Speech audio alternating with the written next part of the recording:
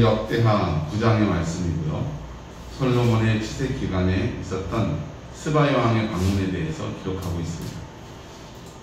저는 개인적으로 우리나라가 지금이 가장 잘 먹고 잘 사는 좋은 때가 아닌가 이렇게 생각합니다. 지금 뭐 여기에 대해서 다른 의견도 있을 수 있겠지만 이렇게 풍족했던 때가 없어요. 아마 이스라엘의 역사를 통해서 가장 중흥하고 부흥했던 시기가 언제일까? 많은 역사학자들이 솔로몬 시대를 꼽을 것 같아요. 솔로몬 시대가 그렇게 어떤 그 역사의 바른 길을 거쳐서 황금기를 맞이할 수 있었던 이유는 무엇일까? 하나님이 솔로몬에게 지혜를 주셨기 때문입니다.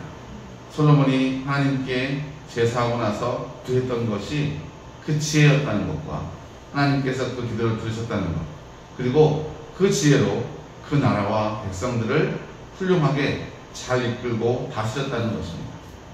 오늘 스바야 왕이 그 먼 거리를 솔로몬의 지혜를 듣고 싶어서 확인하려고 왔다는 거예요. 그리고 와서 그 지혜로움을 시험하기 위해 몇 가지 어려운 질문들을 던졌지만 솔로몬이 대답하지 못한 게 하나도 없다는 거죠. 그 왕들의 생각들을 본다면 나라를 다스리기에 어려운 그 난제들이 있지 않겠습니까? 해결해야 될. 근데 그런 것들에 대해서 해안을 가지고 설명해 주었고 세상의 모든 지식에 통달했으며 그가 원하고 갖고자 하는 것은 갖지 못한 것이 없었다는 거죠. 그가 이제 이스라엘 모든 나라를 융성하게 하고 모든 부분을 발전시키고 그 백성들도 평안히 거하게 할 수 있었다는 것입니다. 역대하 9장의 말씀은 솔로몬 시대가 그런 시대였고 하나님께서 축복하신 그때를 백성들이 살아갔다는 것을 보여주고 있습니다. 여러분, 우리는요 어쩔 수 없이 그 시대에 속한 자일 수밖에 없습니다. 솔로몬의 시대가 그랬다고 한다면 그 시대를 살아간 사람들에게는 은혜고 복이겠죠. 하지만 이 이스라엘 역사, 성경 속에도 보면 전란의 시기가 있고 혼란의 시기가 있었고 어려운 시기를 살아냈던 사람들이 있습니다. 그러나 그 어떤 시대에도 하나님의 은혜가 없었던 것은 없었고 그 하나님의 백성들이 쉽게만 살아갔던 시대도 없습니다. 가장 발달하고 또 가장 풍요로웠던 시대가 어쩌면 하나님의 여호와의 신앙에 비춰본다면 가장 살아내기, 그러니까 그 신앙을 지켜내기 어려운 시기일 수도 있다는 것입니다.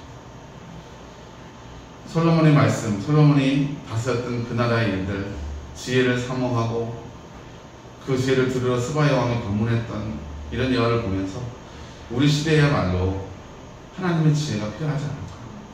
이 풍요로운 가운데 어떻게 하면 우리가 우리의 복음을 지켜내고 또 내일의 세대에게 우리의 믿음을 전해줄 수 있을까? 이 땅의 교회들이 어떻게 하면 하나님의 영광을 가리지 않고 원하는 바대로 구제하고 선교하고 하나님의 은혜 가운데 이 예배를 지킬 수 있을까? 우리의 지혜가 필요하다고 생각합니다. 오늘 우리는 동일한 마음으로 하나님 앞에 지혜를 구하고 하나님이 주시는 지혜로 우리가 살아내야 할 이 시대를 살아갈 것입니다. 옛날에 선배 목사님이 저한테 그런 말씀하셨어요. 변목사, 그래도 우리 시대, 그러니까 당신의 시대죠. 우리 시대는 교회라고 세우면, 교회로 세우면 성도들이, 영혼들이 모여들고 회개하려고 하고 자기 잘못을 뉘우치려고 하는 그런 시대였지만 이제 사람들이 다 자기가 왕이 되는 시대, 자기가 다 똑똑하고 하나님을 거스리고 반목하는 시대가 될 거라고 걱정하시더라고요. 근데 제 마음에 떠오르는 말이 있었습니다. 하나님 주신, 네 목사님, 목사님께도 목사님의 시대에도 하나님의 은혜를 주셨듯이 제가 살아갈 시대에도 그런 강물 같은, 폭포수 같은 은혜는 아니라 할지라도 마른 땅에 내리는 이슬과 같은 은혜가 있을 것입니다. 하나님 앞에 그 은혜를 구하겠습니다. 우리 삶에 그의 지혜와 하나님이 보호하시고 이끄시는 은혜가 우리의 삶 위에 영원히 내리길 주의 이름으로 축복합니다.